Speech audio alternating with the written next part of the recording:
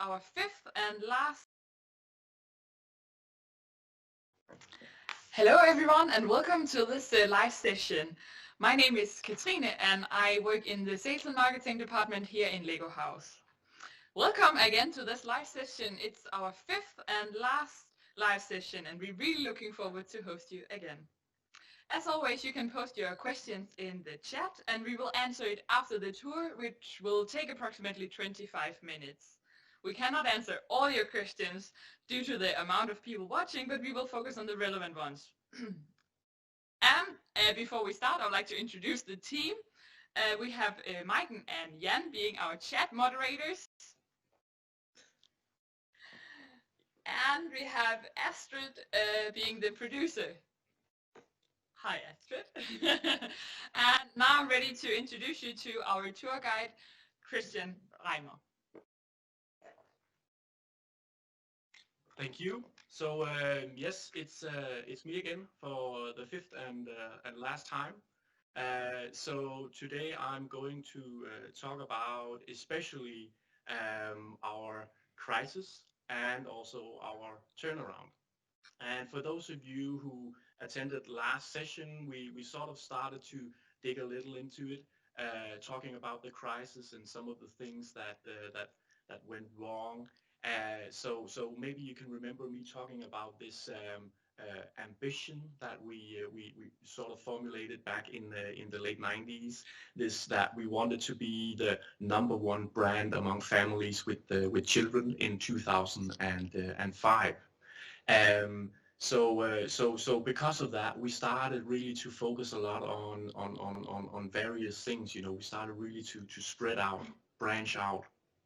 We focused a lot on making new Legoland parks, and we also started to forget about the brick a little bit, and we weren't really sure if children, you know, do they want to play with a physical brick now, and what about in 10 years? So we started really to make a lot of different things, and that didn't turn out great, and we are going to talk quite a lot about that today, but also how we sort of got back on track. So behind me here I have a photo of, and I'll just let you guys take a look. It's Christiansen. It's from a press conference, and it's a press conference where in early 2004, and Kjell, he's announcing that he's taking back day-to-day management from the COO, the Chief Operating Officer. And so at this press conference, Kjell is also talking about the fact that it is not going quite well at the moment, and we are really experiencing a lot of ups and downs, and that's like, I don't think you can see, but he's sort of made a graph here. It's not mountains, but it sort of goes like this. It's really up and down at this point in time.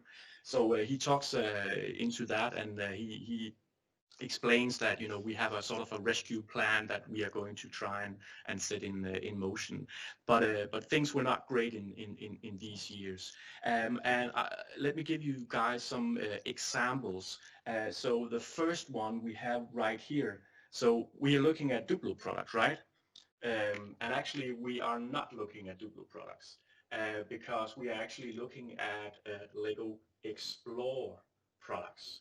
Because in 2002, we actually decided to rebrand our preschool products. So we, instead of calling them Lego Duplo, we rebranded them Lego Explore. The idea wasn't actually too bad. It was all about trying to, you know, showcasing the different development steps in preschool, preschoolers' life and toddlers as well. You know, how when you grow and become older, and you need to do and learn certain things, and we wanted to make products that really help you do that. But the problem was we were really bad at communicating this. And basically people were saying, okay, so what is this new product on the shelf? Is this compatible with my old Drupal products at home? And people were a little bit confused. So what actually happened was that in some areas, sales of our preschool products actually halved because of this rebranding. Yikes, that's never a good thing, is it? So, you know, from 2002 and until 2004, it was called Explore. But then in 2004, we changed the name back to the one we knew before, Lego Duplo. So home at last, right? So an example of us sort of losing focus a little bit.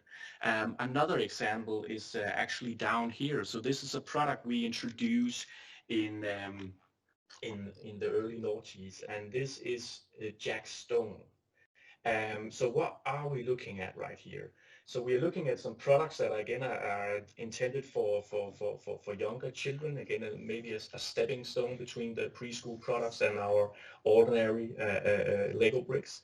But you know, looking at these vehicles, you know, I can't help wonder, you know, is this, you know, is that a police car or is it a spaceship? It's quite futuristic, and there's not much construction in this. And I know it is for younger children, albeit, but still, it's a lot of very pre-made elements. But especially the design, you know, very futuristic. That's difficult to sort of relate to as a child. And the reason why we started to go in this direction was that, you know, in before that we were getting some feedback from consumers that, you know, well, the fire truck, for example, you had in the 90s, it basically looked like the one you had in the 80s. It's a little bit boring. We've sort of seen it before. And then we sort of decided, okay, let's do something completely different. And then we started to make these more futuristic looking fire trucks and police cars. And again, they sort of started to look like spaceships instead. So again, we were confused and we couldn't really figure out what we wanted to do. And the thing is, we basically should have just realized that, you know, why not just make a police car or fire truck looking like the ones that you see out on the street? You know, let's go back to what Ole did back with the wooden toys in the old days, you know, give children something they can recognize. You know, I know that is a fire truck because it looks exactly like the one that drives out here on the street. You know, very relatable. But we really had to learn these things, and again, an example of us sort of going a little too far with some things, and losing focus a little bit. So a few examples of that. But then things start to become better, and what happens is that we have a guy here. This is Jørgen V. Knudstorp, and we can just take a little close-up of Jørgen here. And I know the name is impossible to pronounce if you're not a Dane, but Jørgen V. Knudstorp, he took over as CEO the late in late 2004, and that's a photo from the press conference. So Kjell decided to hand over day-to-day management to a new guy. He believed that Jørgen was the right person to get this rescue plan and set in motion and turn around the company. So actually, Kjell was basically, you know, one of the only ones who thought that. You know, Kjell was really mocked at the time, you know, by business commentators here in Denmark. You know, what is he doing? Who's that guy? Well, who's this guy? You know, I have his business card right here. That's one of the cooler business cards you can get. So that's pretty nice. So this is a business card from Jørgen. But you know, nobody knew him. He was, I think he was like 34 or 35 when he took over as CEO. He had been in the company for 3 years, and no one outside the company knew who he was, and if he was, you know, a guy who could turn this around. But Kjell, he was convinced that this guy, he really he had what we needed, because what Kjell started to understand was that Jørgen, he actually understood Kjell and Kjell's ideas of the company and who we are and what we are supposed to do. The problem was Kjell wasn't always the best to actually communicate that himself. So now we have a new guy who is a brilliant communicator, and he really understood Kjell, and he took time to understand what was going on. And that's something we need to take a look at over here, because that's very important to have in mind when talking about Jørgen and the beginning of the turnaround, that Jørgen, he actually took time. So we have Jørgen and Kjell here visiting a fan event. Um, and this was very symptomatic for Jørgen and how he set about, you know, his business, that he wanted to understand everything there was to know about the company. So he spent a lot of time, you know, talking to employees, and also really starting to open up more as a company. So we really also started to talk with a lot of you guys, you know, a lot of fans, and people outside the company. And what we learned doing that was that, you know, talking to for example fans at fan events, is that, you know, that we just understood how deeply people loved the Lego brick and all the Lego brick stood for. And that was something we as a company had forgotten a little bit. Again, we were starting to branch out into various products. Some of them didn't, they weren't, you know, rooted in the Lego brick and the Lego system. So we were getting away from the core of who we are. And we sort of understood, and Jan sort of understood, having all these discussions with people, that we need to go back to the core. We need to go back to what we know we are really good at and what we have been experts in for a very, very long time. So that was really, you know, a key thing here in the turnaround. And I want to give you guys some examples of how we sort of get back on track. So firstly, we have, and it might be difficult for you guys to see, but in here, the green product, we introduce Lego games, for example, in in 2009, and this is a really, really nice example of how we sort of go back to focus on making products made out of Lego bricks, because, well, it's a board game, but it's made out of Lego bricks.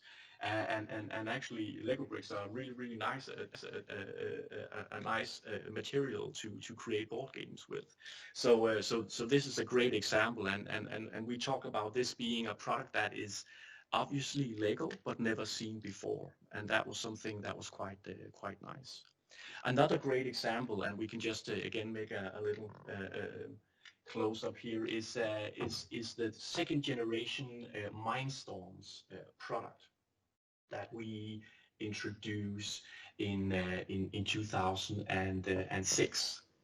So this is a great example, and again, as I've talked about earlier, also that as a company, we in earlier years, you know, we were very sort of closed, and we were pretty complacent after all the success we had in the 60s, 70s, and 80s, and we were basically sort of thinking, you know, we know what you guys want. Let's produce it. You'll buy it. Everybody's happy. You know, and we didn't really engage a lot in dialogue with consumers, and that started to change. And one of the ways we did that was that when we developed the second generation of the Mindstorms product, we actually brought in fans to help us, you know, what should it be able to do, and it turned out really, really great, getting a lot of feedback from a lot of consumers that actually, you know, had the first generation of Mindstorms in their hands, and really getting to know that product. They had a nice understanding of what should, how could we improve on that. And so if I don't remember wrong, then this was a much more easy product to use than the first version, and one of the reasons for that was the feedback we got from people from outside the company. So that was a really good yeah, a good idea to start to open up more. And again, that is key in the turnaround of the company, the focus on our core business and in starting to listen a little bit more to people from outside the company. Um, Another example is something we have down here. So what we're looking at right here, and we have some really nice models here. But so we start to go into to crowdsourcing, and I'm pretty sure you're all familiar with Lego Ideas today. You know, this platform, this website where you can enter an idea, and if it gets enough supporters, it will actually go into review and have the chance to become a real Lego product. So that started all the way back in 2008 when we actually teamed up with a Japanese crowdsourcing platform called Kuso, and we set up a sort of a pilot in Japan, Lego Kuso, and back then, again, on the website you could hand in your idea, and if you got 1,000 supporters, you got in review and got the chance to have a product. And I believe a couple of products came out of that. An awesome submarine was one of them. Later on, we decided to expand that. So in 2011, it goes global, Lego Kuso. So now everybody could submit ideas, and we changed, you know, the number of supporters from 1,000 to 10,000. And then in 2014, we sort of changed the setup into what we today know as Lego Ideas. Fantastic products that comes out of that. So again, this crowdsourcing, really nice way of getting to learn from the outside as well. And there's so many fantastic ideas out there, and now we are starting to listen a little bit more in these years. A few examples prior to this, we have had something called Lego Factory in 2005 that were a little bit similar, but this is in a bigger scale. So in that way, it's quite important as well. And another thing I want to show you guys is right over here, and another example of how we start to listen a little bit more. So down here we are looking at some architecture sets. So Lego Architecture is another product line that is introduced in 2008. So in Chicago we have an architect who is sort of trying to figure out how can he showcase you know, the complexity of skyscrapers, and he starts to use Lego bricks to be able to do that, and he makes some very large models of, for example, the Empire State Building from New York, and also some of the skyscrapers from his hometown of Chicago. And we see these, and we sort of realize that this is interesting, and we go into a collaboration with him, and that turns out into to Lego Architecture. So we start to make these small models of buildings. So the first two buildings that came out in 2008 were fittingly, I think, Chicago skyscrapers, John Hancock Center and Willis Tower. I think it was called Sears Tower at the time, but that was the beginning, and then many more sort of came. And so we have a lot of different sort of series within Lego Architecture. We have the Architecture series, which is buildings based on models based on buildings that are very known for their architecture, their architectural style. And then we have landmark series, which is, very known landmarks from around the world, Eiffel Tower, the Leaning Tower of Pisa, and so on. And then we also now have, these city city lines in there as well, showcasing, for example, known buildings from Paris or Shanghai. So all of these things are in there as well.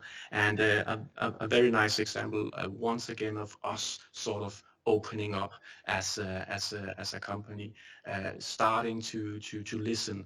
That's really a key thing here. And I think we have established that by now. So let's go over here and take a look at something different, because a little bit later in 2011 we introduced one of our own internal IPs, and just look at these fantastic drawings. They are awesome. So these are from the sort of the development phase of Lego Ninjago, which we introduced in 2011. So Lego Ninjago becomes a very big success. So it was actually supposed to be a product line, sort of called a big bang. So a product line that we only had for a limited amount of years, and with a lot of marketing behind it, and then it should be discontinued, and something else sort of take its place. But we just saw how successful and immersed children were in this fantastic universe that we had created. So we actually decided to make it an evergreen instead. So now it's a product line that continues. So we've had it since 2011. So it's all about these young characters that sort of learns how to grow up, become adults, and they are trained by an older master, and it's lots of things going on, and I'm sure you know more about that than I do. But it's a really nice product line, and it was really a big thing for us. And this is when we really understand, okay, so we are really through with our turnaround. Things are really going very good at this point in time, and we are really going back to what we know we are good at. So a key thing here. Let's take a few more examples of that. So another product that we have over here, equally beautiful and fantastic, is Lego Friends. And again, look at these. We have some prototypes, and we have some drawings again from the development phase. I love looking at those things. And Lego Friends is introduced in 2012, and it's a product line directly targeted at girls. And that's something we have discussed before, that we try to have as many different products as possible, so we know that there is something for everyone. And what we could see was that moving up until this point in time, that we had a lot of there were more boys playing with our product lines than girls. So we wanted to have something directly targeted at them. So we created Lego Friends, and that's no different than what we've done before with, for example, Lego Scala and Lego Belleville. But the big difference, and the reason why this turned out to be a very big success that we still have today, is that if you take a look, and we can go over here to a nice little display of Lego Friends that we have over here. And if you take a look, you can see that there is a lot of construction in this you know, and all of these elements that we use in Lego Friends, it is exactly the same elements that we use in all of our different product lines. So it is exactly the same building experience than in all of our other product lines. The only difference is basically the mini doll. The mini doll is a little bit different than the minifigure, but the mini doll still fits the system. The mini doll still grabs around exactly the same as a minifigure does. So it's a really nice example of how we really sort of go with the Lego system and the Lego brick. A lot more construction in this than some of the earlier examples that I mentioned, Belleville and Scala. That was a lot of pre-made things, and you just put three things together and you had a house instead of actually constructing. So that's one of the big differences here. And again, very successful, and I really love it. So next thing is that in 2014 we introduce something new again. So we actually have a new sort of movie for the first time in cinemas. An animated movie in cinemas. We introduced the Lego movie in 2014. So it's all about. I'm sure you know this. You know, it's all about this very ordinary construction worker, Emmett, who suddenly realizes that he is the chosen one, and he's sort of got the task of fighting this evil Lord Business. And a fantastic story, and this was really the first time that we go into something like this. We have made several movies since then. There is a second Lego movie, Lego Movie 2, the second part, and we also made a Lego Batman movie and a Lego Ninjago movie. So again, something new for us, but again, it's completely rooted in the Lego brick. You know, everything in the movies are made out of Lego bricks. That's the key here. So awesome stuff. And now I have to introduce also a very important person here in the company.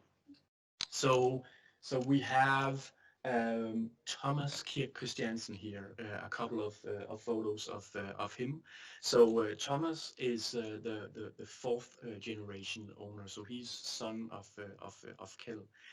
So among Kjell's three children in total, Thomas, and he has two sisters as well. So among them, they decided that Thomas was going to be the most active family member, and he became that in 2016 when he actually started to take over a lot of the responsibility that his father has had. So we start to see Thomas, and again, as I mentioned, Thomas is now the most active family member. So he has taken over a lot of responsibility from his father. Today he's actually the chairman of our board of directors in Lego AS. He's working closely together with he's working very closely together with Jørgen V, our old CEO, in something called the Lego Brand Group, where they really look at sort of, you know, the Lego brand and how can we protect the Lego brand. And he's introduced a lot of nice ideas, and he's continuing the focus and the values that our founder Ole and his grandfather Godfred, and of course his father Kjell has passed on through generations, and now it's Thomas's turn. One of the focus areas that Thomas he has had, and one of the things that he really put a footprint on is the focus on sustainability. That's we have something we call a planet promise, and basically it's all about that we would very much like that when producing children's favorite product. We would like it if we did not sort of destroy the world that the children are going to inherit. So we really focus on sustainability, and I have a few examples for you just to show you what is going on. So let's take a look over here, because this is one example of starting to think a little bit about it. So take a look at these two sets, and basically it's not two sets, it's the same set. It's exactly the same model. So there is exactly the same inside these two boxes, but I'm pretty sure you can see that they are very different in size. So that's one of the ways that we are thinking of. You know, we are making the boxes smaller, because then, you know, you don't need to ship that many sort of loads of products to various stores. So that's a way to think a little bit about, you know, being more sustainable. And of course also you need less material to create your box if it's smaller. So that's one way. Another way is that, you know, I can just sort of show you a couple of trees here. So I have these three trees here. I hope you can see them. So so they look sort of similar, right? But I can tell you that one of the trees is from the 80s, and one of the trees is, I guess, around 5 years old. So so what's going on with this? So what happens is, well, not 5 years old, a couple of years old, sorry, because the thing is that this tree is made out of plastic that is derived from sugar canes. So that's a way for us to also think about how we make our Lego elements. So today, actually, all of our botanical elements are now made out of plastic that is derived from sustainable sources, such as sugarcane. So that's a focus that we've had in recent years. A funny story surrounding this was that when Thomas sort of understood this, when he came with this idea, at the time it was Jørgen Vig Knudstorp who was still our CEO. And one day Thomas, he went into Jørgen's office, and he said, you know, Jørgen, by the time I'm 50, I want all of our Lego elements to be made out of plastic that comes from sustainable sources. And then he turned around and left again. And then Jørgen, he was a little bit baffled, and he was sitting there, and then he sort of yelled after Thomas, Thomas, when do you turn 50? You know, that's a huge task. Please give me a time frame here. So that has become our sort of agenda, that by 2030, all Lego elements should come from plastic derived from sustainable sources. So that's a very big task that we are working on at the moment. But this is a sort of an example of how we are working towards that goal. So that's actually a very big thing for us here at the moment, and so it's pretty interesting to see what is going to sort of come out of that in the coming years. Also with packaging, we have the same sort of agenda, that by 2025 all packaging should come from sustainable sources. So we are very much working on it at the moment. So last thing I want to show you guys is basically I want very quickly to show who's in charge today. So a couple of years ago, we actually have Niels here, Niels Christiansen, who actually took over as CEO.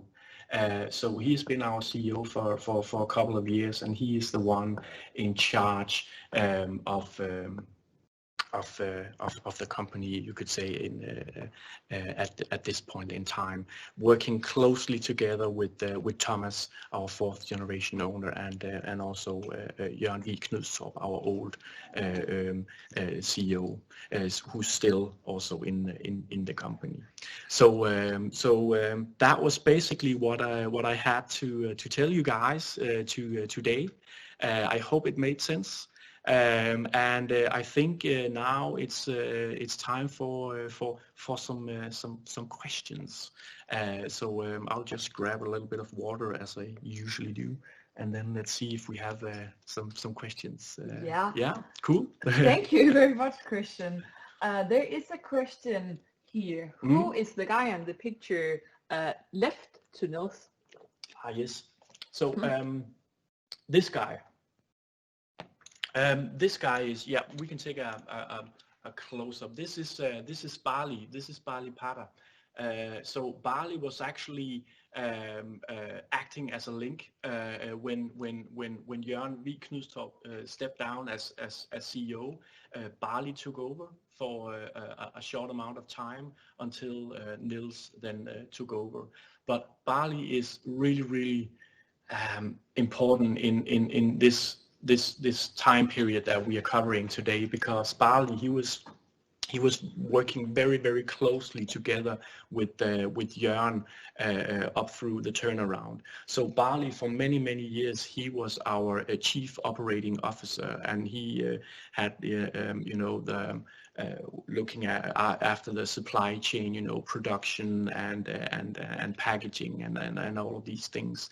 And he was extremely capable of doing that. And in a really big crisis years, there was this sort of idea that everything was very complex, and at the time we had a lot of elements. I believe we had more than 15,000 elements at some point. That is really tricky to make sure that the right elements go in the right box before they're shipped out, and the whole supply chain. And it was really tricky, and Bali was the one that really got us back on track with that. So he's very important in that regard. Yeah. Yeah, interesting. Cool. Yeah. Thank you. Okay, so Christian, what is your favorite Lego set, and which one do you want to? Yeah. So in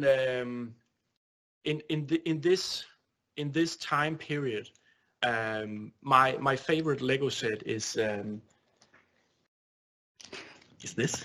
Is it? It is. This is I know you know this. This is WALL-E, of course. It's a Lego idea set, and this is it's a funny story actually, because so we talked about ideas and what that is all about, and this was one of the ideas that was submitted and actually got through and became a Lego set. And when it came out in, let's see, 15, I couldn't remember. So in 15, when it came out, I could not understand what all the fuss was about, because I had never seen the movie WALL-E. So I was just like looking at this yellow thing and saying, what's this, and why is he carrying a plant? And I did not understand what all of my colleagues were talking about, and oh, he's so cute, and I really didn't get it. But then later on, I saw the movie and I totally got it. It's fantastic. So I love the story in that movie. But the problem was when I sort of understood and really got to appreciate how cool WALL-E is, the product was discontinued. So I never got it. But I really think it's a very nice product. So yeah.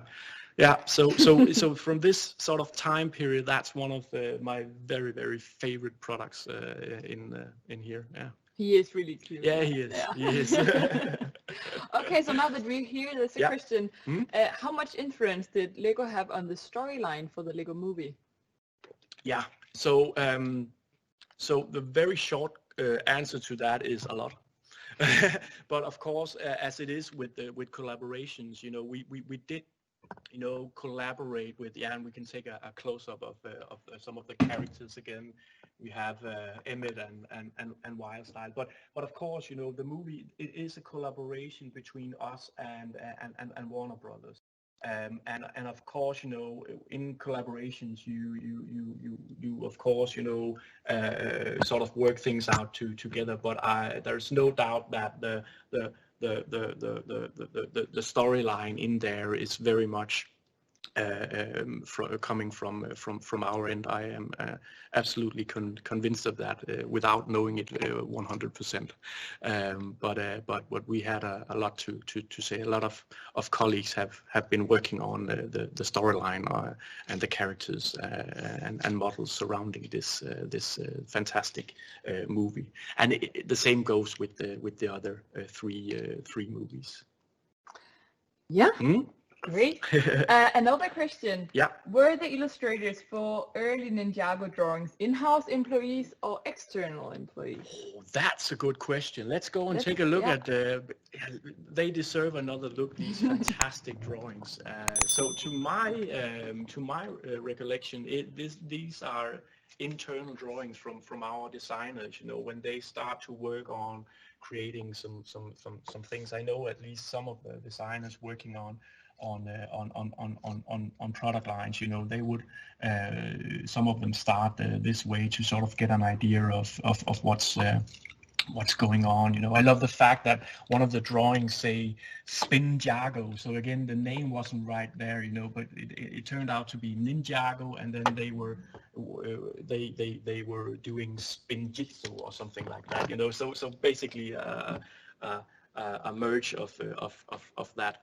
But to my best knowledge, this is coming from designers internally. I wish I could draw this well. Yeah, really it's nice. It's pretty awesome. But again, sometimes we do collaborate with others. For example, with Bionicle back in 2001 when we introduced that. I know some of you might remember that we talked about that the last time. We did collaborate also with external people who help us, and we have some awesome drawings from back then that is from outside the company. Yeah, so it can be both. Mm-hmm. Yeah. Yeah. Another question. What was the main driver of the turnaround in the 2000? Did collaborations affect anything? Yeah, of course. So I'm sure the question might sort of go on. We've talked about these collaborations with, for example, Warner Brothers with the Lego Movie. Before that, Star Wars, Harry Potter, and so on. And most definitely they were a very nice part of that. But I think the key, and again, it's so difficult to talk about, crisis and turnaround, because it is such a complex subject, and there has been written very, very big books on that subject alone, and so it's much more than we can sort of cover. But one of the main things is for sure, that we sort of start to realize that we need to go back to making products that is rooted in the brick and the system. Basically there was as I recall, there was a management meeting in the crisis years at some point after Jørn took over, and they were sort of talking in management, right, that we have we are dying as a company. We are dying as a company as things are right now, and then someone said, well, then what would our tombstone say if we died as a company?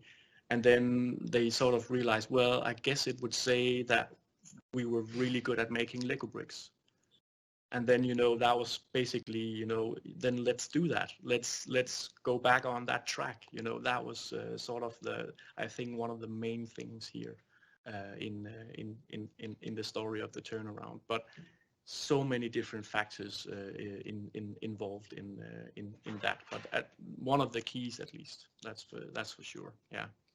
Yeah, that Cool. was a tricky question. It is. Yeah. Another one here. Why is the shelf life of products so much shorter nowadays than in the 80s and 90s? How do you keep the design of yet another fire truck fresh? Yeah. Yeah, that's a very good question, and I guess I think our design department might be better at answering that question, but it is something that started to happen, not only the shelf life, but also development time. That was one of the other things that happened in the turnaround, that we also shortened the development time of our products. At some point it was, I think, 18 months or something like that, and now I think we are maybe down to 6 months or something like that from an idea to a product, because if you need to be very sort of agile, because what people want and their preferences, our consumers' preferences, they change. So we need to be able to adapt to that and follow that. And I think that's one of the reasons also for new products coming out, that I think the toy market is not the same now as it was in the 80s. And I think back then you could have products for a little bit longer than today. But this is,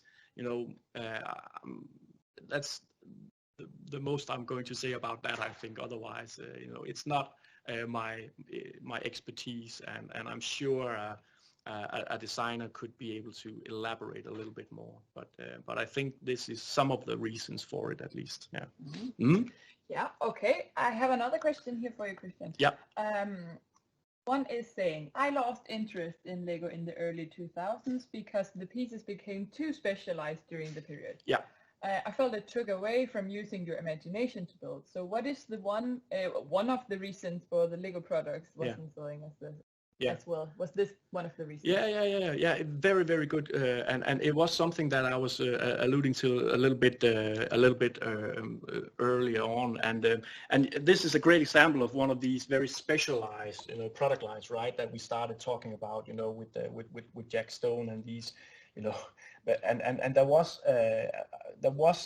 starting to be this sentiment also among designers that so my design, my car that I'm designing, it has to be special. So I can't use any of the wheels we already have.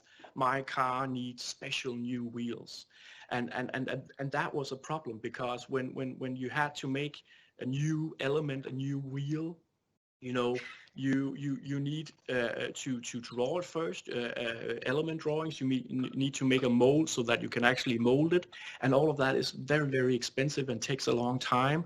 And as I mentioned, at some point I think we had more than 15,000 different elements, and I think that was, as the one asking the question also sort of said, that's too much, and it actually limits your creativity, and it's a lot of specialized elements instead of what we then started to go back to, and going back to the core was that we started to, I believe we have less than 4,000 elements today. So that's quite a gap, right? So now it's more like, how can I reuse this element in a new way?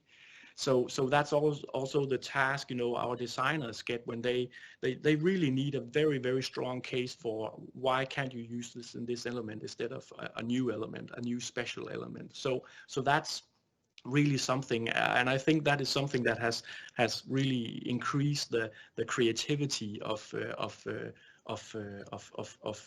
our products, that now you need to be a little bit more creative with the elements you have at hand. So most definitely one of the reasons for the turnaround, I think. Okay.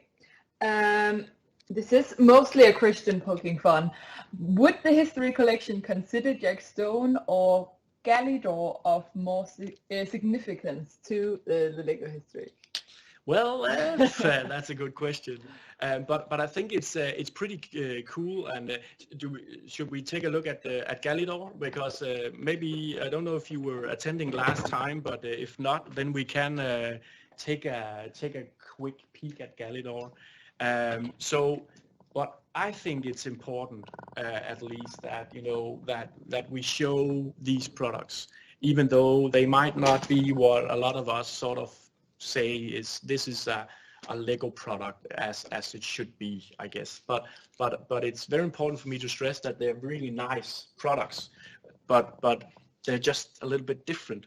But they are a part of our history, and I think they should always be a part of our exhibition also down here, because they are a part of who we are, and we've learned from these things as well as a lot of other things. So if not for anything else, then let's keep them here to remind ourselves, that might not be the best road for us to take.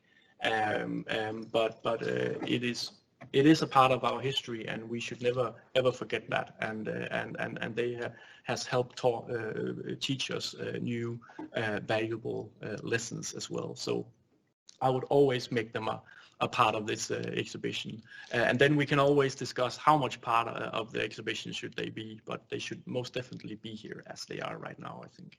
Mm-hmm. Yeah. Okay, this is really a hot topic at the moment. How about the influence of COVID-19 on the company? Many people are staying home, having time to build, the Lego bricks. Yeah. So did the sales increase? Well, I don't know yet, because but I think we will find out not in not that long time, because I think we have a sort of what's it called? Not the annual turnover, but at least the first half year turnover is going to be revealed at some point soon.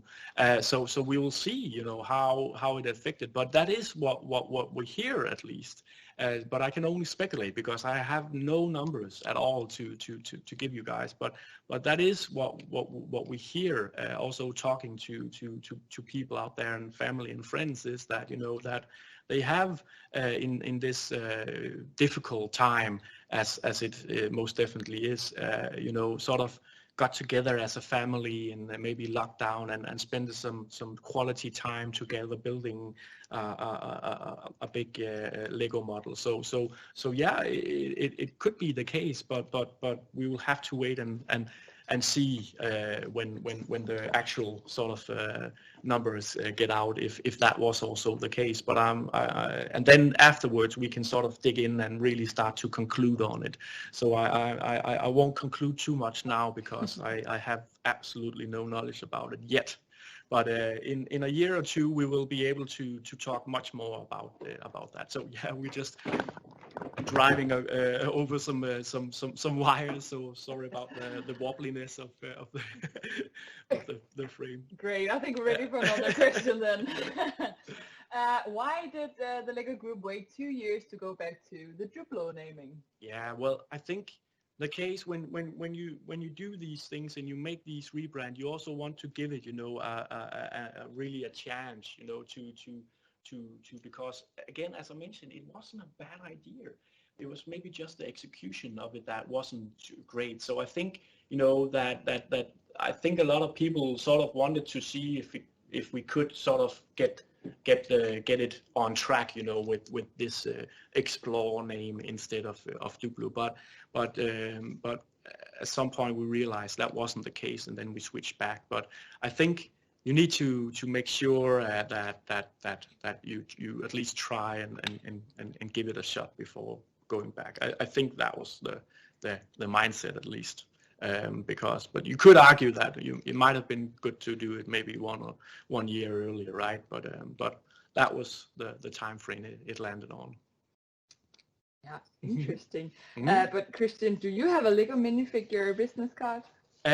Oh yeah, we with Jørgens. Well, no, I don't. I don't actually, because I would love to, but so the historical department I work for, the Lego Idea House, we have a minifigure, but that's the closest to a business card that I'm going to get, I'm afraid. But we actually do have in this exhibition, we have some. Let's see if we can we have some fantastic business cards that we have received from fans and and people from outside the company. So we are lucky enough to have a lot of these fantastic business cards. But yeah, unfortunately I do not have one myself. I wish I did, but yeah, I don't. They are really cool. Poor me, right? Yeah. Business cards, yeah. Yeah. You have your arms. Yeah, exactly. Who thought of the idea to create Lego games? Yeah. So I can't remember the names of the people, but I'm pretty sure it came from a department internally in the company that is all about looking into new ways of trying to come up with new products that are very sort of as I mentioned, that they're working on trying to create something that is obviously Lego but never seen before. It is. I can't even remember the name of the department right now. I'm so sorry. But what we do have a group of people that really start that works and look in sort of to see what would be the next great thing to look into, but again having in mind that it has to have the Lego DNA, and Lego games here is a great example of that that we had. I think they're really fantastic. Yeah, so no names, but it was internally that we thought about these things. Yeah. Interesting department. Yeah. Okay, I have one last question for you. This could actually have been my own, because Christian, what does a Lego corporate historian do day to day? Is there still research happening, or is it more about presenting and communication about the company? Yeah, so it's a little bit of both. It's a great question. It's so yes, I do a lot of mediation as this. But also we do also do research and look into our archives. And for example, if you attended some of the sessions early on, we actually dug out some new information about the introduction of the Lego brick back in 1958 and so on. So I do also look into stuff like that, and then I just help people around the company with historical information of any kind. So that's the very short answer of that. And with that, I just want to say a massive thank you for tuning in for this last session. It has been an absolute blast to tell you guys about the history, and I really hope that you have enjoyed it, and I just want you guys to also remember that even though it's me and the host that have been in front of the camera, we have a fantastic team behind the camera as well. So a massive thank you to them as well. And then yeah, thank you so much for now. Thank you, Christian. This was our last live tour from the History Collection for this year here in Lego House. We will run a live session from Lego House on September 24. This is the online AFOL day. As you see on the screen now, we will offer a special program for the Lego fan community this day. And part of the program are 5 live sessions hosted by Lego employees. And click on the link, go to our website to see